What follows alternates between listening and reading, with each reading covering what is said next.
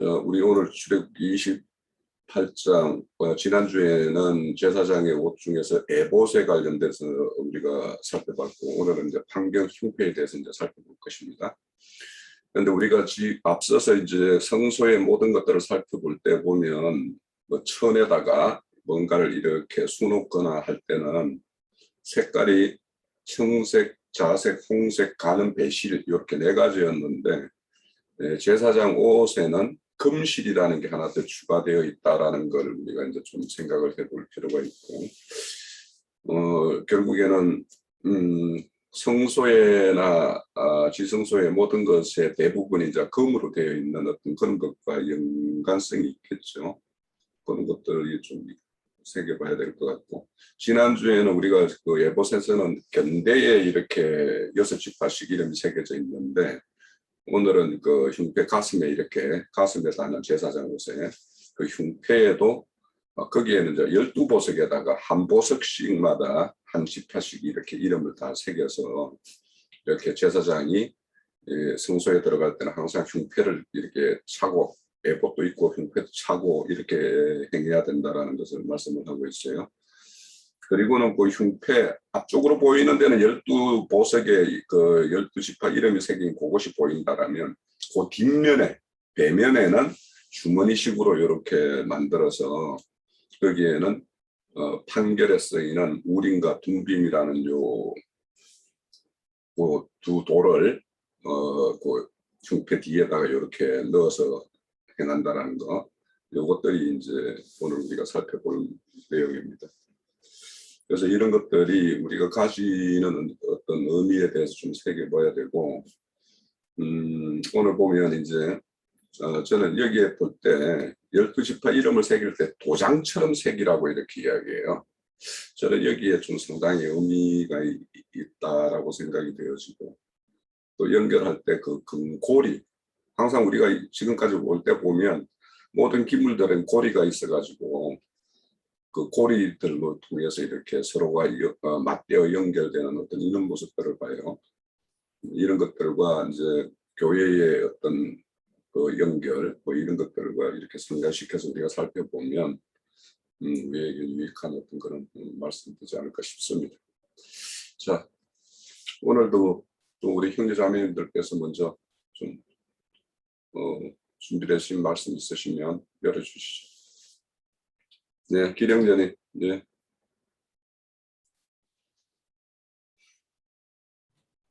네, 오늘 밖에 비가 많이 오는데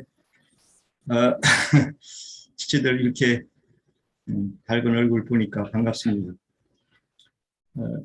제 소리가 잘 들리나요? 이게 뭐 한번 바꿨는데. 예, 잘 들립니다. 그래요, 네. 저는 28장 이렇게 판결 흉패에 보자는 방법으로 이렇게 주님이 명하시는 그 옷에 대한 의미를 읽으면서 우리가 신앙생활하면서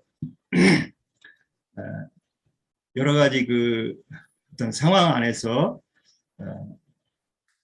분별과 판별해 볼 여러 가지 그런 의미들이 많이 있다고 봐요. 지난 금요일이죠. 금요일 이제 형제님이 지체들 간의 어떤 허물이라든가 또 어떤 지나온 과거사의 어떤 문제 이런 것들을 우리가 탕감받은 사람으로서 지체들에게 어떤 이렇게 허물을 본다든가 또 비판을 한다든가 이런 것에 대한 경계의 말씀을 주셔서 참 우리가 그 부분에 대해서 어떤 같은 지체로서 가져야 될 어떤 소양, 또 교회 생활에서의 서로 다른 지체를 나보다 낮게 여기는 이런 자세들이 필요하다는 것을 다시 한번 생각했습니다. 근데 저는 이제 뭐 세상교회에 있을 때 우리가 이제 분별이라는 부분을 이 부분과 좀 많이 이렇게 혼동하는 그런 상황들을 많이 이렇게 목도했던 것 같아요. 그것은 이제 뭐냐면은 어떤 신앙생활에 대해서 분별하거나 판단하는 것을 굉장히 경계하죠. 세상교회는. 왜 그러냐면은 서로 존중해줘야 된다는 거예요. 이제 좋은 얘기죠, 뭐. 예. 그것이 이제 우리 교회 생활에서도 어떤 진리 방면에서의 분별과 또 인간관계에서 오는 여러 가지 허물과 실수 뭐 이런 것하고 혼동을 해서 어떤 지체를 대하는데 여러 가지 그런 어려운 상황도 이렇게 일어나더라고요. 뭐 우리 지체님들이야 다 그 부분에 대해서 우리 형제님의 말씀을 통해서 정확한 분별이 있을 거라고 이제 생각을 하면서 그래서 이제 주님도 복음서에서 보면은 너희가 비판 받은 대로 비판 받을 거다. 그것은 이제 우리가 혈과 육에 있는 그런 모습들에 대해서 서로 비판하지 말고 판단하지 말라는 것으로 우리가 이해할 수 있죠. 복음서에서도 그게 이제 많이 나와 있는데 그거 뭐 일일이 찾기는 좀 그렇고 어쨌든 그런데 이제 우리가 나눠볼 것은 진리 분별이라는 부분으로 들어가면은 여기에서 판결 흥패를 붙이고 에봇을 짜는 여러 가지 교회 생활에서 일어나는 규정을 이루는 이런 말씀들 속에서 진리에 대한 분별은 증인을 통해서 들을 때 뭐 우리가 흔히 아는 거짓말하지 말라 속이지 말라 하는 이런 말씀들은 성경에서는 진리에 대한 분별을 명확하게 하자는 것들에 대한 이해라고 봐야죠. 그래서 이제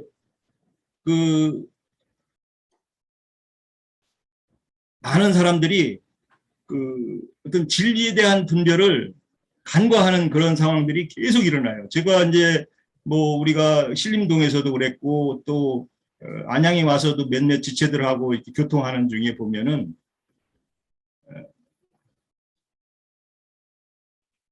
형제님은 진리 증거에 대해서 입술로만 하지 행위가 나타나질 않는다는 거예요. 그래서 어떤 행위를 말하는지 좀 얘기 좀 해달라. 제가 이제 그런 적도 있는데 이제 행함이 없다는 거예요. 말씀만 이렇게 전부 나열하시지 실제 형제님은 이제 여기서 형제님은 이제 나형제님을 두고 하는 거죠. 이제 행위가 없다 이제 이렇게 얘기를 해요. 그래서 어떤 행위를 이제 얘기하는가 해서 몇몇 지체들하고 이제 교통을 하면서 보면은 주로 육신적인 선함이라든가 또 어떤 물질적인 이런 뭐 그런 걸 염두에 두고 이렇게 얘기를 하는 것 같아요. 그래서 그것은 우리가 참 분별해 볼 필요가 있다. 왜? 주님도 뭐 이제 물론 뭐 이제 전도의 방면도 이제 그런 면도 있죠. 전도의 방면도 또 진리를 따라서 뭐 이렇게 실행하는 부분도 뭐 성숙도에 따라서 어떤 또 때와 시기에 따라서 그것도 이제 그럴 수도 있는 건데 참 입장이 좀 곤란한 그런 부분도 좀 있더라고요. 제가 볼 때 그것은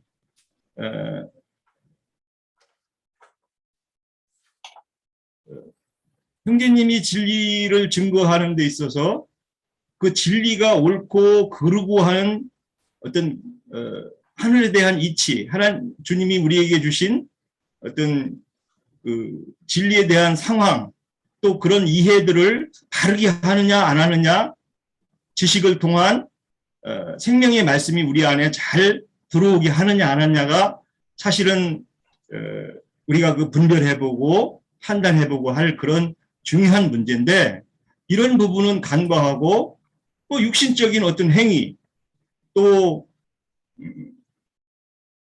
사람의 생각에 따라서 오는 여러 가지 그런 어떤 뭐 여건 이런 것들을 가지고 많이 이렇게 분별하는 그런 것들에 대한 생각이 치우친 그런 그 지체들을 몇몇 좀 보고 참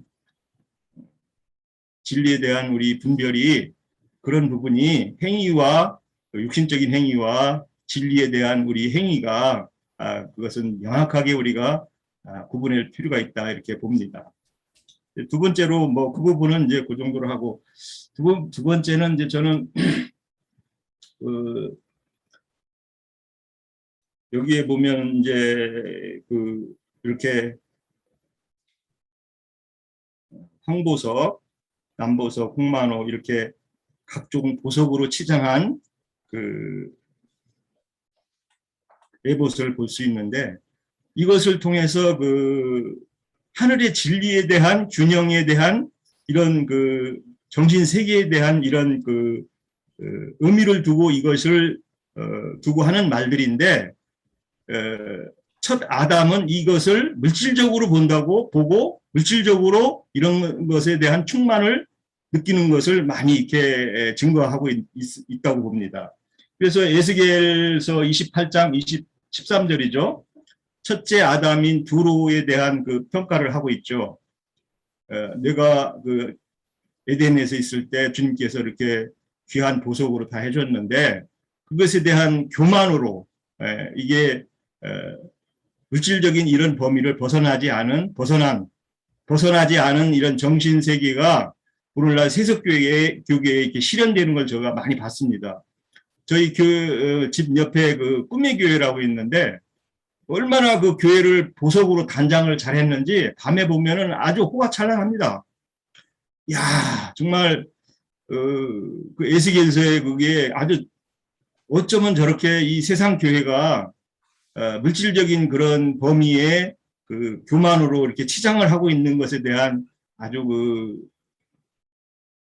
현실이 너무 이렇게 잘 이렇게 저한테 대비돼서 정말 이런 세상 교회가 많은 호화로움을 추구하고 또 많은 사람 속에 유명하다 하는 자들을 모으는 그런 현실이 정말 어떤 물질계를 떠나지 못한 첫 아담 정신을 떠나지 못한 이런 걸로 이렇게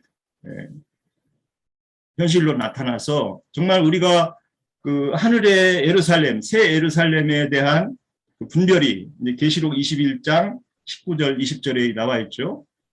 그거는 정말 이 물질계가 아닌 정신 세계의 하나님 세계에 대한 영들의 세계에 대한 계시를 명확하게 해주고 있죠. 그래서 우리가 이런 말씀을 들을 때 어떤 물질계를 초월한 주님의 세계에 대한 영들의 세계에 대한 이해를 분명히 더 하고 또 이런 것을 통해서 우리 지체들이 정말 한 사람 한 사람 귀한 보석들이 되는 정말 주님께서 원하는 뜻들이 우리 모임 또 우리 개인적으로 이게 실현되기를 기도합니다. 마치겠습니다. 네. 자, 우리가 지난주 옷이라는 것은 삶이라고 이야기를 했어요. 우리 옷을 입는 데는 항상 옷 입는 순서가 있죠. 속옷을 입고 겉옷을 입는 순서로 있겠죠. 겉옷을 먼저 걸치고 속옷을 입는 것은 있을 수가 없는 거죠. 자, 그래서 우리가 오늘 옷에 대해서 이렇게 살펴볼 때 이 하나님 앞에 설 때 이 정결한 어떤 제사장의 어떤 삶의 어떤 그런 자세들을 우리는 이제 오늘 28장을 통해서 이제 배워야 된다고 생각을 해요. 자, 이어가시죠.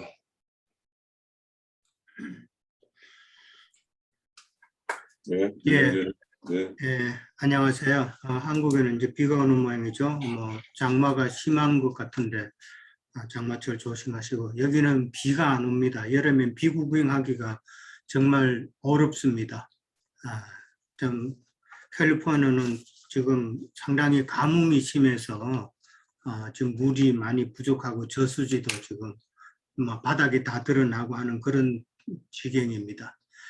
anyway, 오늘은 이제 판결 흉패 15절부터 이제 나옵니다.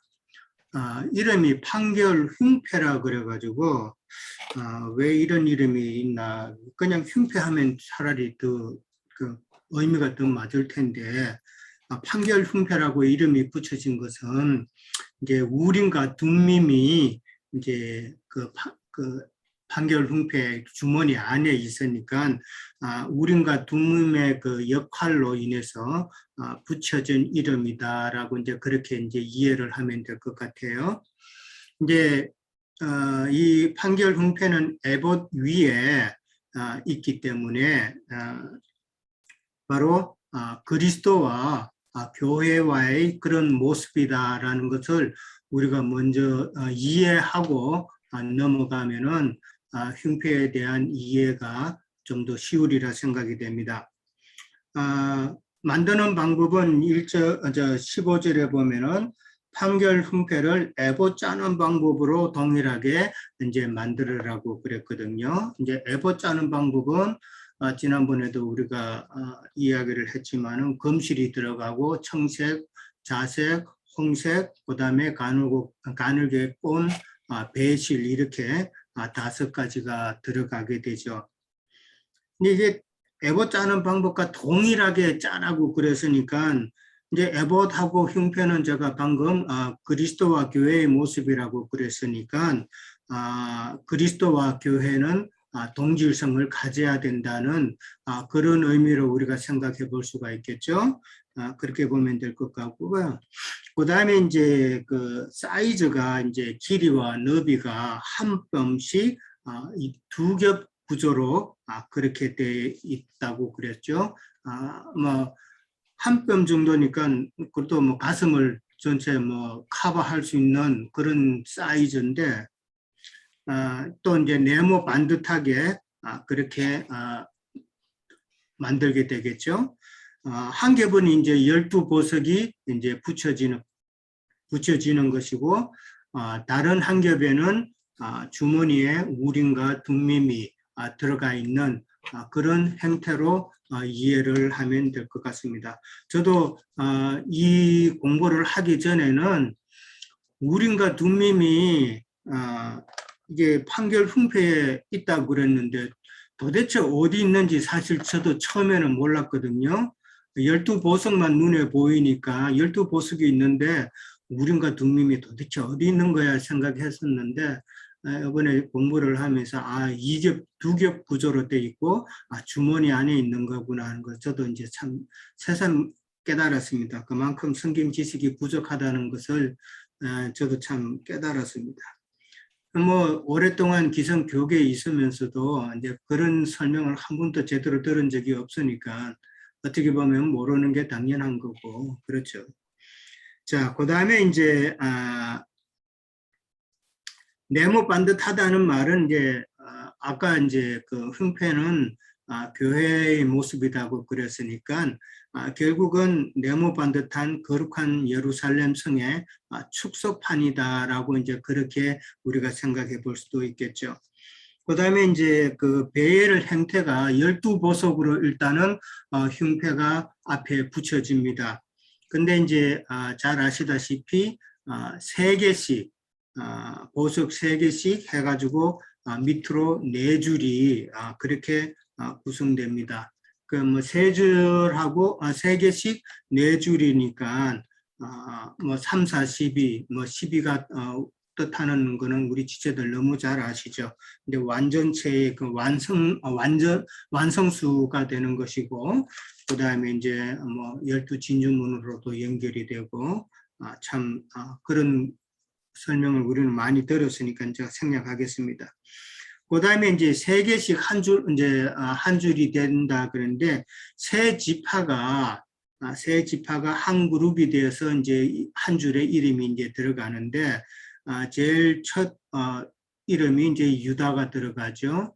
유다, 이사갈, 서불론으로 해서 이제 위에 한 줄이 들어가고, 그 다음에 이제 밑으로는 이제 러우벤, 시므온, 갓 지파가 이제 이름이 또 들어가고, 그다음에 이제 세 번째 줄에는 에브라임, 므낫세, 베냐민 이렇게 들어가고, 그다음에 이제 네 번째 밑에는 단, 아셀, 납달리 이런 식으로 이제 쭉 나가더라고요. 이제 요 배분 이제 오른쪽에서 왼쪽으로 이제 가는 형태죠. 우리는 글을 쓰면은 왼쪽에서 오른쪽으로 글을 쓰지만은 히브리 글자는 오른쪽에서 왼쪽으로 가잖아요.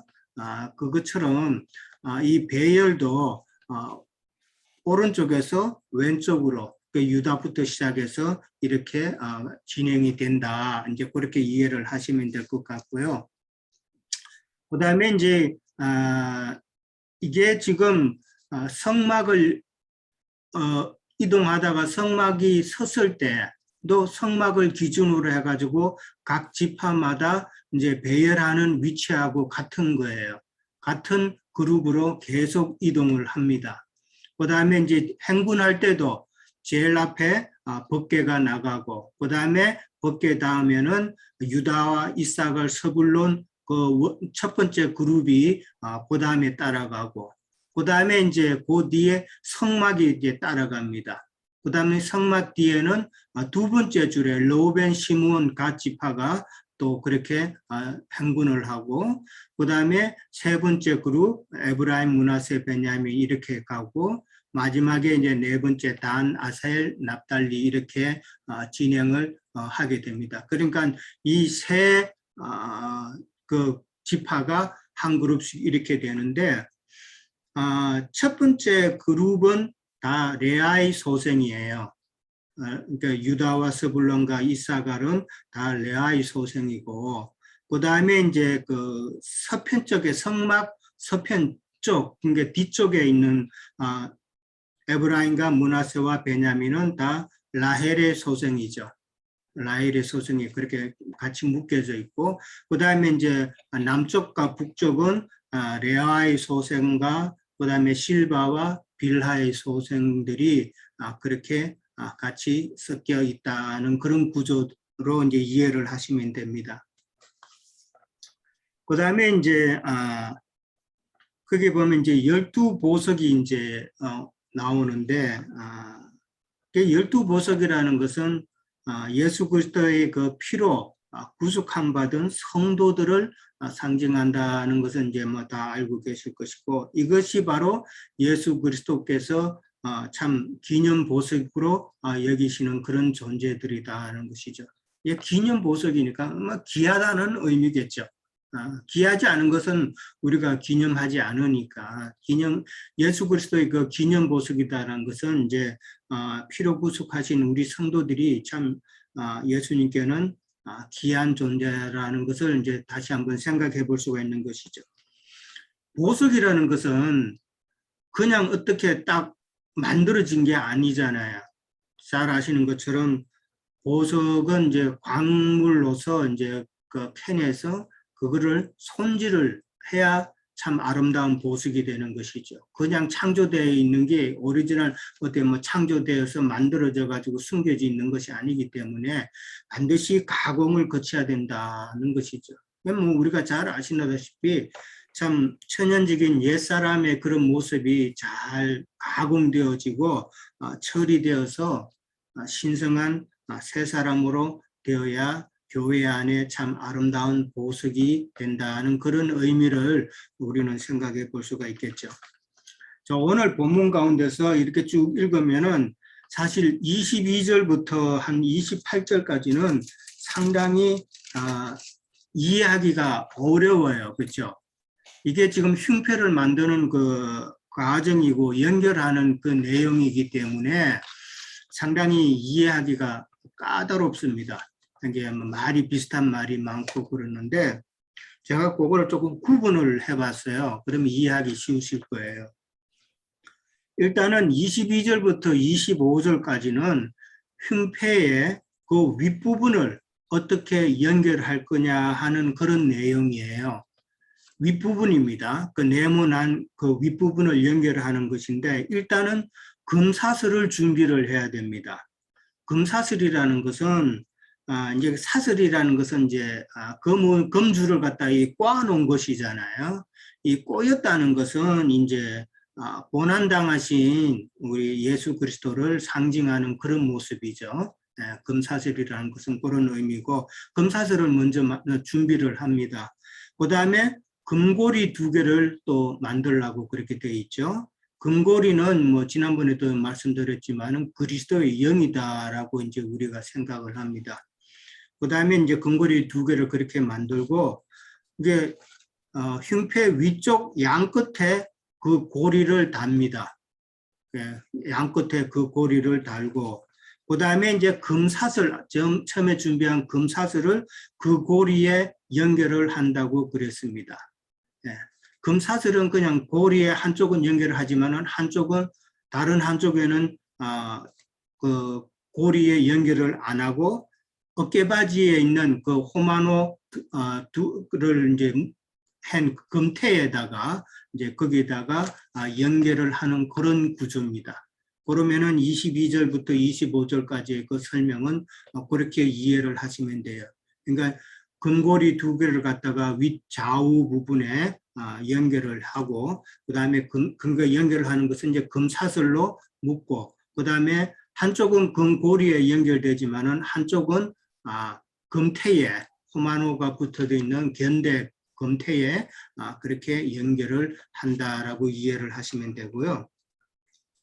그 다음에 26절부터 28절까지는 이제 그 흉패 밑부분에 연결하는 내용인데, 마찬가지로 금고리 2개를 만듭니다. 금고리를 2개를 만들어서 그 흉패 밑부분에서 조금 안쪽으로 들어가게끔 금고리를 연결을 하죠.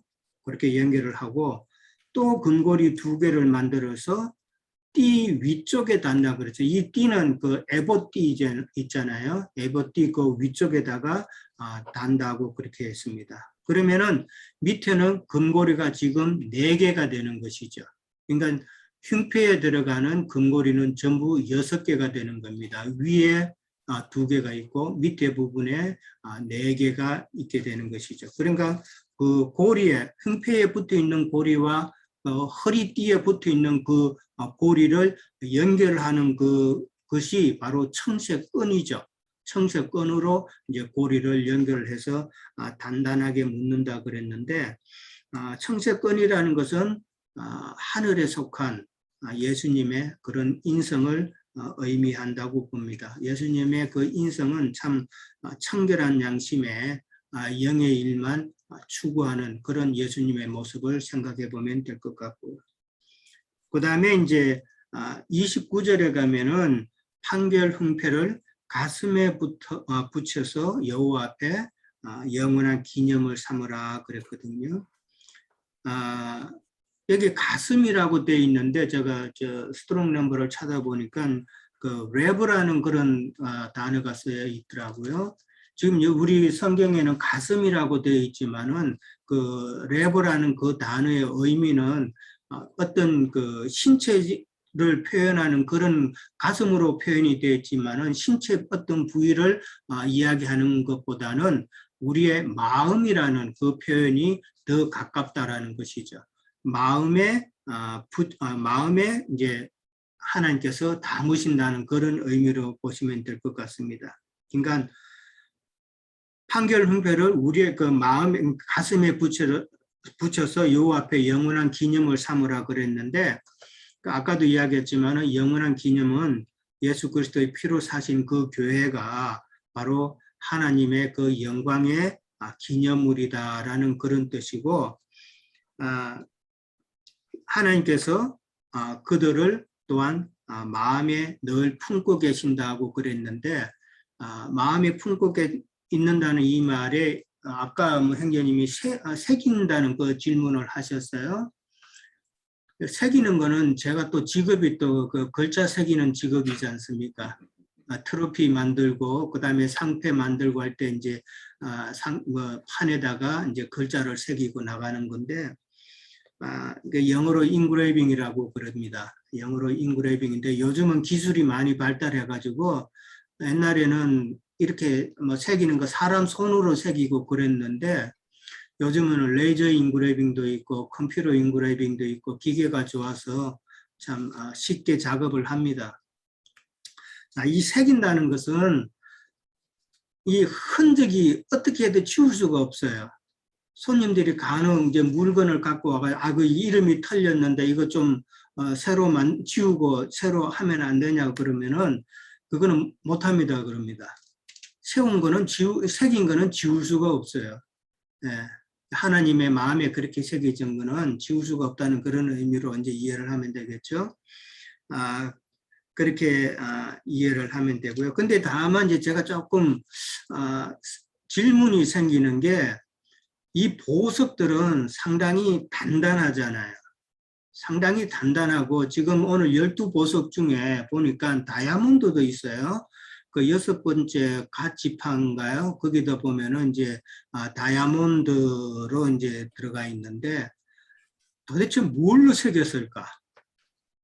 예, 그게 궁금해요.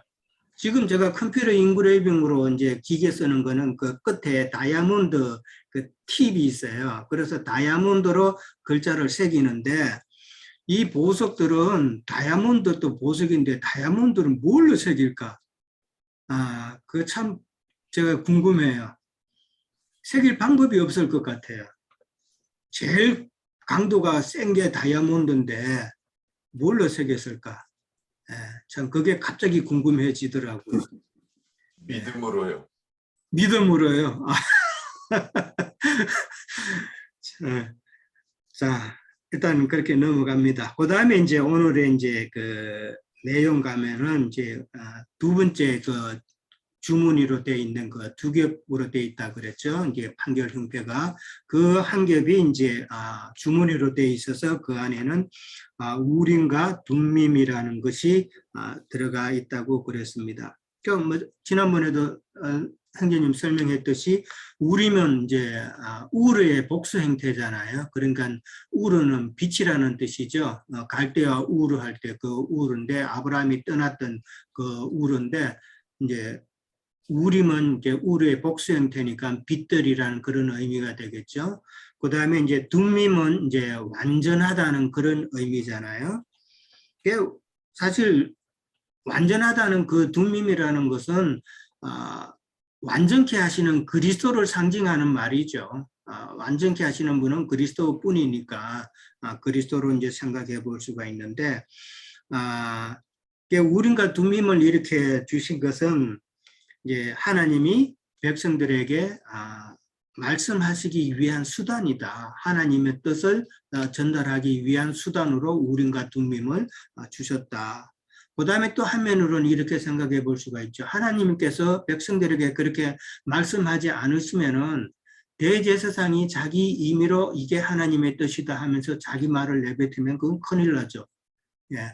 그러니까 사람의 생각이 개입되지 않도록 하시는 하나님의 계획이 여기에는 또한 포함되어 있다라고 이제 우리가 생각해 볼 수가 있겠죠. 그래서 이제 민수기 27장이나 사무엘장에 보면은 구약 시대 그 초기에는 우림과 둠밈이 이제 몇 번 이제 이렇게 사용된 적이 있는데 이게 이제 선지자 시대로 넘어가면서는 그 선지자들이 예언을 하고 하기 때문에 우림과 둠밈을 쓸 일이 없어지겠죠. 그렇게 선지자들이 미리 예언을 하니까 그 필요성이 감소가 돼서 쓰지 않은 것으로 그렇게 이해를 합니다. 그 다음에 우림과 둠밈은 아까도 말씀드렸지만 빛과 완전함이니까 그 하나님의 그 생명의 빛과 하나님의 그 완전하심을 묘사하는 그런 단어다라는 것이고 우림과 둠밈에 대한 재료는 어떤 것으로 하라는 그 설명이 성경에는 없습니다. 그러니까 이거는 이제 뭐 자료를 뭐 인터넷에 보니까 뭐 흑백으로 그냥 그 표현을 해놨는데 흑색 돌 뭐 검정돌 이렇게 해가지고 모양을 내놨는데 그것도 뭐 꼭 맞다라고는 저는 생각지 않는 것 같고요. 어떤 것인지 정확하게 언급이 없으니까 지금 제가 느끼는 것은 이게 성막의 재료도 그렇고 건축하는 과정도 그렇고 하나님께서는 식양을 보이셨지만은 구체적인 식양을 안 보인 것이 대부분이구나. 그렇게 이해를 했을 때에 첫 참 번째로 찾은 곳은 플러튼 의 W 오레인저 소프 에이브에 있는 정성마트 이정국. 그러니까 하나님의 그 뜻 가운데서 식양을 보이셨지만은 그 식양 가운데서도 구체적인 것은 참 일하는 사람에게 맡겼다는 것이 저한테는 참 많은 은혜로 임했어요. 마찬가지로 이제 우림과 둠밈도 거기에 대한 재료는 없다. 그러니까 우림과 둠밈이 빛을 발해서 그 빛이 12보석에게 빛을 비추어서 그 빛나는 글자가 이제 하나님의 그다음에 어떤 보석에 어떤 글자가 빛이 나고 그다음에 또 어떤 보석에 어떤 글자가 빛이 나고 이런 식으로 하나님의 뜻이 이제 대제사장에게 이제 알려진 거거든요. 그러니까 우림을 꺼냈을 때 우림은 빛이니까 그 빛이 12보석에게 비치면은 그 보석이 비치는 그 글자가 하나님의 하나하나 뜻이 되는 것이죠. 단어가 나오니까요. 그런 식으로 이제 한 것으로 아는데, 그러니까 예수님의 예수 그리스도의 그 영이 이제 우리가 이제 12보석인데 우리 12보석에 이제 비친다는 의미는 예수님의 그 영이 우리에게 비치는 것이잖아요. 그러면 우리가 그 영으로 하나님의 말씀을 깨닫는 것인데, 근데 이제 그 보석에 먼지가 뭐 자욱하다든지 뭐 때가 끼었다든지 뭐가 가려지면은 하나님의 뜻을 온전히 못 받잖아요. 이제 그런 의미로 보면은 참 우리가 구속함을 받고 깨끗한 영으로 늘 손질되어 있어야 된다는 것도 이제 우리가 생각해 볼 문제죠. 그래야 우리가 하나님의 뜻을 바로 알 수가 있죠.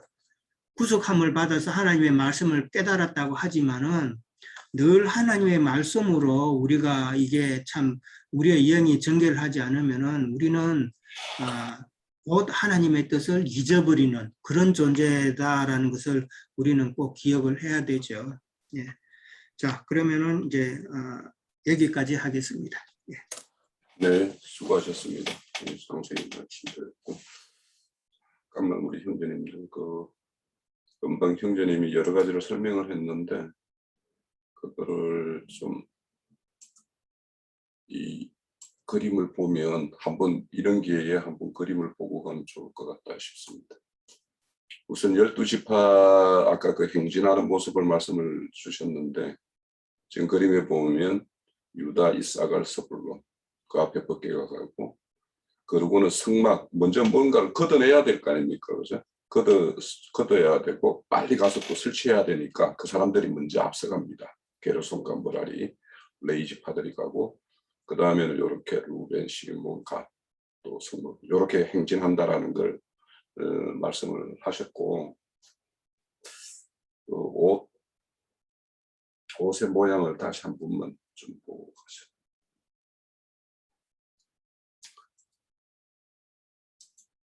지금 요 모양입니다. 지금 위에 꼬리, 근고리가 지금 보면은 위에, 흉패 위에 2개가 있죠. 그리고 하단에 2개가 있어요. 그리고는 이 애복과 연결되는 고리가 또 2개 있고, 그래서 총 고리가 6개입니다.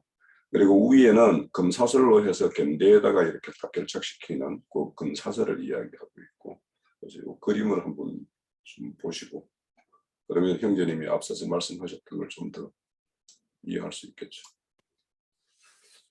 자, 또 이어가시죠. 이어주실 분 안 계신가요?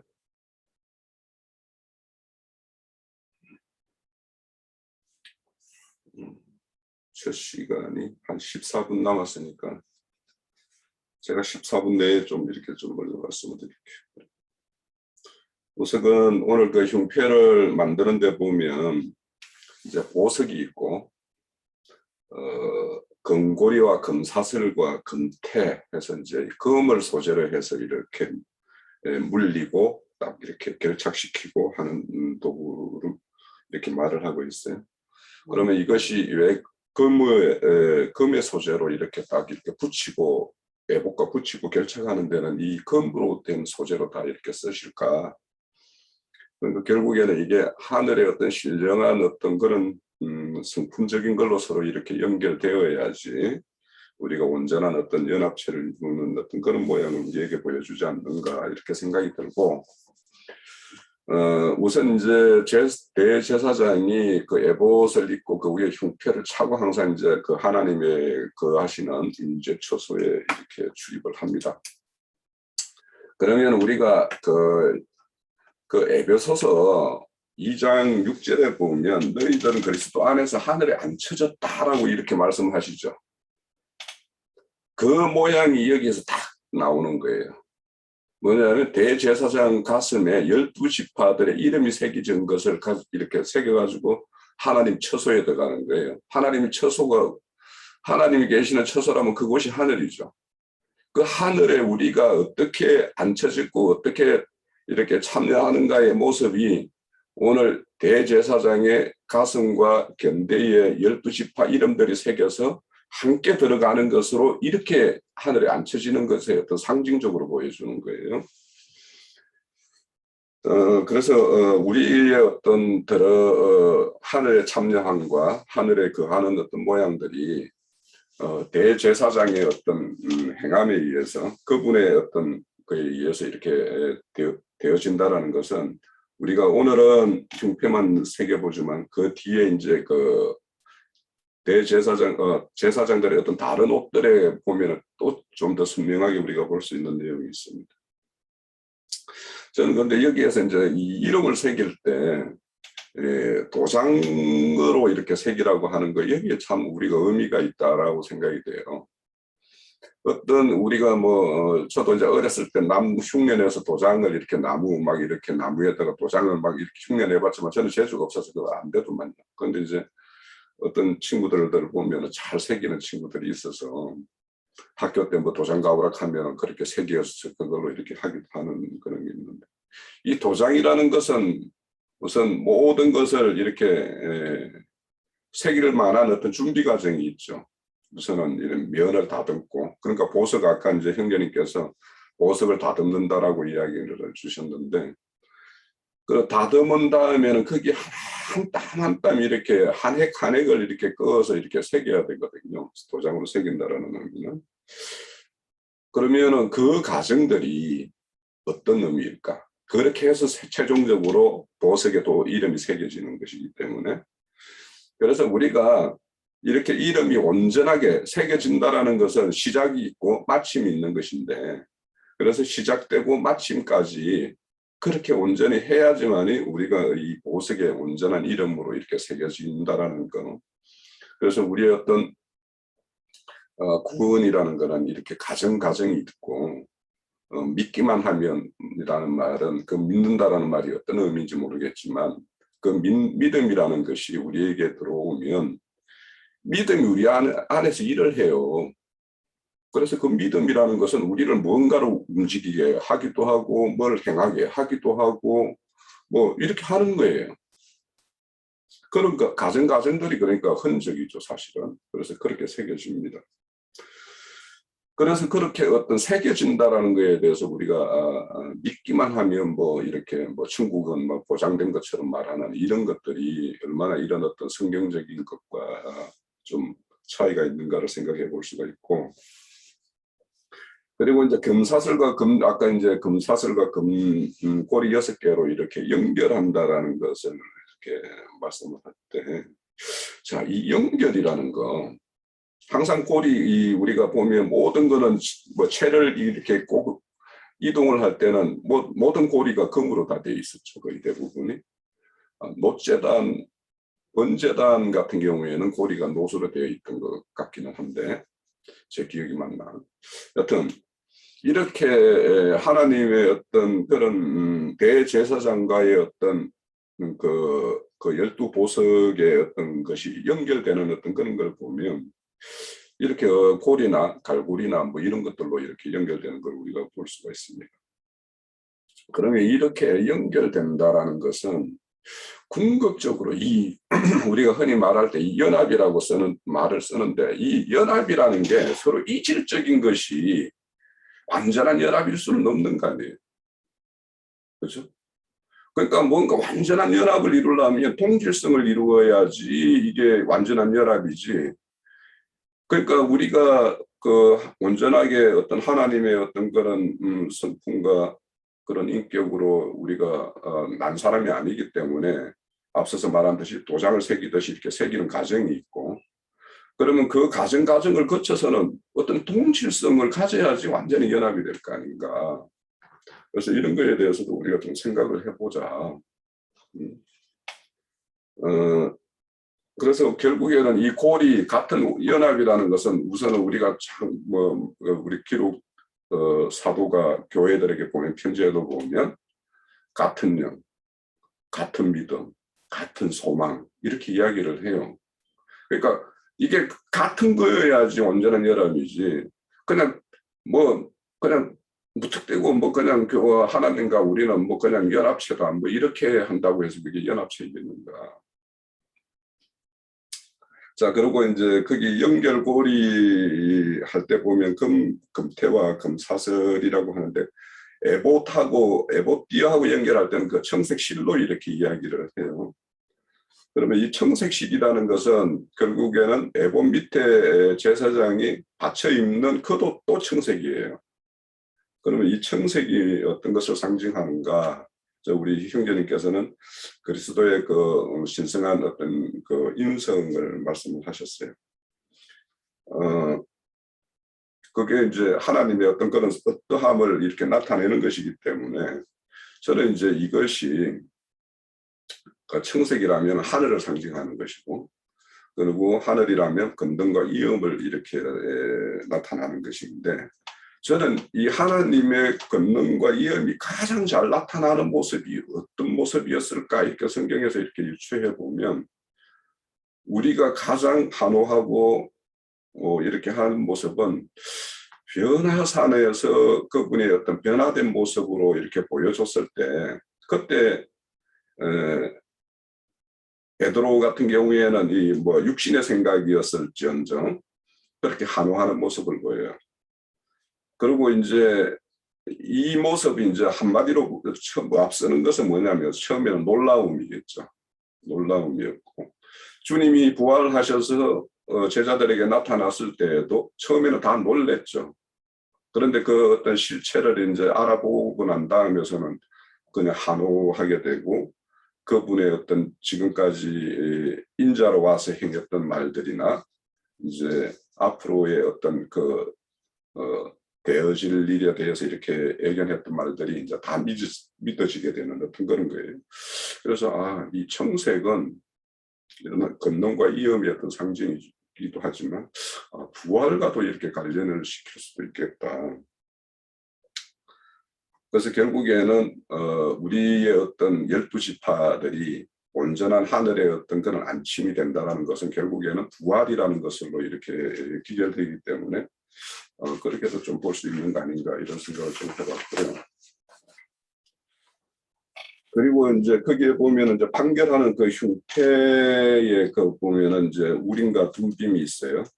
우림과 둠빔이 있는데 그 우림이라는 글자 제가 전번에도 말씀드렸던 것 같은데 사진 보여주면서 그 첫 글자가 그게 히브리어 첫 글자예요. 알레프예요. 그 우림 할 때. 그리고 둠빔의 첫 글자가 히브리어 23번째 글자의 타우예요. 그래서 우림과 둠빔에는 그는 빛과 어두움, 빛과 완전함이라는 어떤 뜻도 있지만 처음과 끝. 그래서 이 말들을 잘 이렇게 연결시키면 우림과 둠빔은 결국에는 하나님 뜻을 이제 헤아리고 뜻을 구할 때 이렇게 쓰는 것인데 결국에는 완전한 빛, 완전한 계시. 예, 그래서 그 완전한 빛이 우리의 처음부터 끝까지 인도해 줬을 때 우리는 완전함을 잊겠죠. 그러니까 그 완전한 어떤 빛으로서 오신 분이 우리에게는 이제 성령님이 될 것이고, 그래서 성령님의 어떤 우리의 그 인도함을 받았을 때는 모든 것이 완전함으로 이렇게 기결될 수 있겠다. 그래서 이제 우림과 둠빔에 대해서는 저는 이게 어떻게 판결이 됐을까라고 이렇게 되게 궁금했어요. 그래서 전번에 한번 여쭤봤었는데 그건 우리의 어떤 영감이나 이런 걸로 우리에게 이렇게 알려주는 거. 오늘날은 그렇겠죠. 오늘날은 우리에게는 우림과 둠빔이라는 두 돌이 없으니까. 그럼 그 시대 때는 표상적으로 그래서 이렇게 찾다 보니까 저도 이제 인터넷에 좀 찾아봤어요. 이건 되게 궁금했어요, 사실. 근데 이제 이게 맞는가 틀린가는 모르겠지만 상당히 근거 있겠다 싶은 생각이 들어요. 우림은 아니오라는 어떤 상징이라는 거예요. 그리고 이거는 죄다 이렇게 그러니까 이 우림이라는 걸 이렇게 돌이 이렇게 탁 뽑았는데 우림이라는 게 나오면 아 얘는 아니야. 그러나 아 너는 이것이 죄야 이렇게 판단을 했다라는 거예요. 그래서 우림이라는 것은 빛이니까 빛은 그 어둠과 대조를 이루고 또 그러니까 어둠이라고 하면 우리가 이제 죄와 관련되어 있으니까 그러니까 의사는 환자에게나 필요하듯이 빛은 어두움에나 필요한 것이니까 아 이렇게 우림을 뽑았을 때는 아 이게 아니요 얘가 죄인이다 뭐 이렇게 판단을 했다라는 거예요. 그래서 좀 그렇게 또 볼 수도 있겠다. 그리고 둠빔은 예 맞습니다. 아 무죄한 상태입니다. 뭐 이렇게 했다라는 거예요. 그래서 저는 뭔가 이렇게 해서 뭔가 이야기가 이게 인간적인 생각일 수도 있겠는데 그래서 우림과 둠빔이라는 것을 그 시대 때에는 어떻게 판결을 했을까 하는 것이 좀 약간 궁금했는데 그렇게 의견이 있어서 그럴 수도 있겠다라는 생각이 들어서 제가 그 올린 자료에는 그렇게 올렸습니다. 그래서 우림과 둠빔이라는 것이 그러니까 에봇에 포함된 우림과 둠빔이죠. 이거는 우리 그 성경의 역사에 보면 너무도 많이 등장을 합니다. 사실은 다윗이 이렇게 사울에 쫓겨갈 때 하나님의 뜻을 구하기 위해서 에봇을 가지고 와라 이렇게 해서 아비아달이 이렇게 에봇을 가지고 와서 그렇게 뜻을 구하는 것이 사무엘상 23장에 보면 잘 나와 있고요. 이 에봇이 나중에 이 우상 숭배의 어떤 수단으로 다 떨어져요. 우리가 다음 주에 보면 이제 사사기에 보면 기드온이죠. 기드온 맞아요. 기드온이 미디안과의 어떤 전쟁에서 이긴 뭡니까 탈취물인 끈 가지고 이렇게 에봇을 만들어서 자기 이 산당에다가 자기 고향 산당에다가 지금 그 에봇을 보관해가지고 그게 이제 우상으로 되어지는 어떤 그런 것도 있고 또 미가라는 작자가 이제 자기 어떤 산당에다가 에봇을 만들어 가지고 이렇게 하는 것들이 있습니다. 그래서 이런 것들 그러니까 눈에 보이는 것들 사람들에게는 이제 눈에 보여주면 이것이 어떤 바른 하나님의 어떤 뜻으로 이렇게 해석해서 연결시키지 못하면 눈에 보이는 것이 그냥 우상으로 떨어지는 예가 대표적인 것이 이 에봇이에요. 에봇이었고 우리가 불뱀에게 물렸을 때 그 녹뱀을 보면 산다라고 했을 때 그 녹뱀을 또 이제 우상으로 해가지고 그걸 히스기야 왕이 그거를 다 패하기 전까지 그게 우상 숭배의 수단으로 이렇게 있었다 이렇게 이야기하듯이 그러니까 우리가 이렇게 이제 제사장의 어떤 옷에 대해서 우리가 이렇게 보고했는데 이것들이 우리가 어떤 영적인 의미, 교회를 이루는 데에서의 의미, 우리의 어떤 신앙 과정에서의 의미 이런 걸로 해석이 되지 않으면 이제 우상이 되어가지고 오늘날 기성교회의 목사님들이 오늘 이제 내일이면 일요일 날이면 강대상에 설 때 도포자라고 이렇게 긴 옷을 입고 이렇게 행하는 것을 우리가 볼 수가 있어요. 그러니까 사람은 누구나 눈에 보이는 것에 의해서 쉽게 이제 눈이 가기 때문에 그런 어떤 것에 대해서 우리가 또 경계를 삼으면서 이런 옷을 통해서 하나님이 우리에게 주시는 어떤 말씀을 좀 헤아릴 필요가 있겠다 이렇게 말씀드립니다. 자, 첫 시간은 뭐 대략 1시간이 됐으니까 이쯤 마칩니다.